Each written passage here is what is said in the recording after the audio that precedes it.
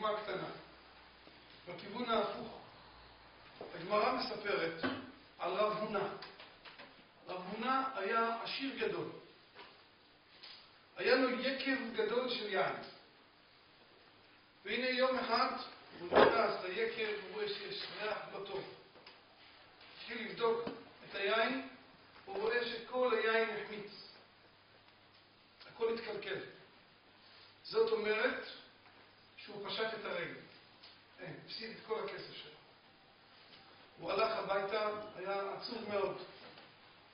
נכנסו התלמידים שלו ואמרו לו, רבינו, תפשפש במעשיך.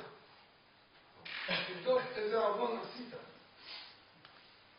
רב הונא היה אדם גדול מאוד. כל כולו תורה, מצוות, קדושה, לומד תורה, מלמד תורה. כשאמרו לו דבר כזה, הוא נעלב. אמר להם, תגידו לי, אתם ככה אומרים לי, אתם חושדים בי שאני בא עבירות? אמרו לו, ואתה חושד בקדוש ברוך הוא שהוא מביא לאדם עונש סתם? אמר להם, אתם צודקים. אבל תדעו לכם, באמת מיד שזה קרה, מה שעשיתי, התחלתי לחשוב, למה? חשבתי, פשפשתי במעשיי, לא מצאתי עוון. אם אתם יודעים איזה עוון עשיתי, בבקשה תגידו לי. אמרו לו, כן, אנחנו יודעים. היה לו אדם אחד שהיה עובד אצלו בשדה בקבלנות, לפי אחוזים, והוא היה מקפח אותו, נותן לו פחות ממה שמגיע לו. אמר להם רב הונא, האיש הזה כן, נכון, ככה אני עושה, כי האיש הזה, אני יודע שהוא גם כן גונב ממני. אז אמרו לו, יופי, הוא גונב ממך, הוא מכניס את היד לכיס שלך, אתה מכניס את היד לכיס שלו, גונב מהגנב, גם הוא טוען מה זה גנבה. אתה לא רוצה, תפתה אותו, תתבע אותו לבית הדין, אבל מה אתה עושה דין לעצמך? אמר להם רב הונא, אתם צודקים, אני מקבל עליי. אני אשלם לאיש הזה את הכסף. אומרת הגמרא, קרה נס. יש אומרים שמה היה הנס? שהחומץ יין הפך להיות יין מחדש. נס. יש אומרים לא. החומץ נשאר חומץ. אבל הקדוש ברוך הוא עשה נס אחר. שהחומץ נהיה יקר מאוד כמו המחיר של היין. וכך שהוא לא יפסיד כסף. זאת אומרת, אנחנו רואים הברכה וגם העונש. הכל תלוי במעשיו של האדם.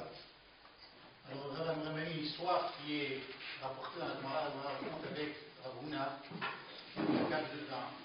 Et il fait sa parnasse avec ça, c'était son gagne-pain, avec ça qu'il vivait, avec ça qu'il faisait manger toute sa famille. Et un jour, Rav Huna rentre dans sa cave et il sent du vinaigre.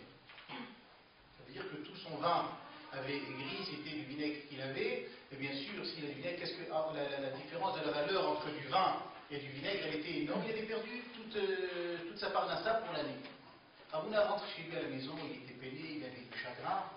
Et quelques temps après, ses élèves rentrent. Ils voient Rav Huna à la maison, dans cet état, ils lui disent, Rabbeinu, qu'est-ce que tu as? Alors il lui dit, Rav Huna dit à ses élèves, j'ai mon vin qui a tourné, j'ai du vinaigre maintenant. La Gemara raconte, continue la Gemara, et dit que les élèves disent à Rav Huna, qu'est-ce que tu as fait pour qu'Akadosh Baruch Hu te donne cette punition? Les élèves demandent à Rav Huna, ils demandent à leur maître, qu'est-ce que tu as fait pour que Akadosh Baruch Hu t'ait fait ça? Rav Huna dit, je vexe, mais il dit à ses élèves, comme ça vous pensez que moi j'ai pu faire quelque chose, comme ça vous me permettez de me parler, est-ce que j'ai fait une affaire, est-ce que j'ai fait quelque chose de mauvais? Et les élèves disent à Rav Huna, mais Kloum, est-ce que Akadosh Baruch Hu va te punir sans raison? C'est pas possible. On ne peut pas imaginer qu'Akadosh Baruch Hu, tu parles de toi, mais Akadosh Baruch Hu non plus ne peut pas te punir. Certainement, si Akadosh Baruch Hu a fait ça, il y a une raison. Et la Gemara continue de raconter, elle dit que Rav Huna, finalement, Pishpesh B'Ma'asav, il s'est mis à réfléchir, il s'est mis à scruter toutes ses actions, et quelques temps après, il dit à ses élèves, c'est vrai, j'ai fait quelque chose peut-être qui n'est pas très bien, et il leur a expliqué, il leur a dit, comme il travaillait avec, il y avait quelqu'un qui travaillait dans son champ plutôt, qui était payé à la commission, au pourcentage, il lui donnait une partie des bénéfices, et cette personne volait un petit peu Rav Huna. Alors Rav Huna aussi a les comptes à sa façon. Il savait qu'il lui prenait une certaine somme tous les ans. Donc lui aussi, Ravuna prenait de son argent. Et là, les élèves lui disent à Ravuna, peut-être qu'ici tu as fait. Il dit, oui, mais lui c'est un voleur. Il dit, c'est un voleur, c'est son problème. Akadosh Baruch Hu va déjà le juger. Mais c'est pas à toi d'être là pour régler tous les comptes. Si maintenant tu veux, va au Bédine, attaque-le, fais ce que tu veux. Mais c'est pas parce que lui il vole que Ravuna aussi doit être là pour reprendre tout seul ce qui lui revient. Et la Gemara continue, elle dit que Ravuna finalement il est allé, il a rendu à cette personne tout ce qu'il devait lui rendre. La Gemara dit qu'il y a eu un NES, cette fameuse année, et il m'a provoqué deux avis dans la Gemara, quel est le NES qui est arrivé?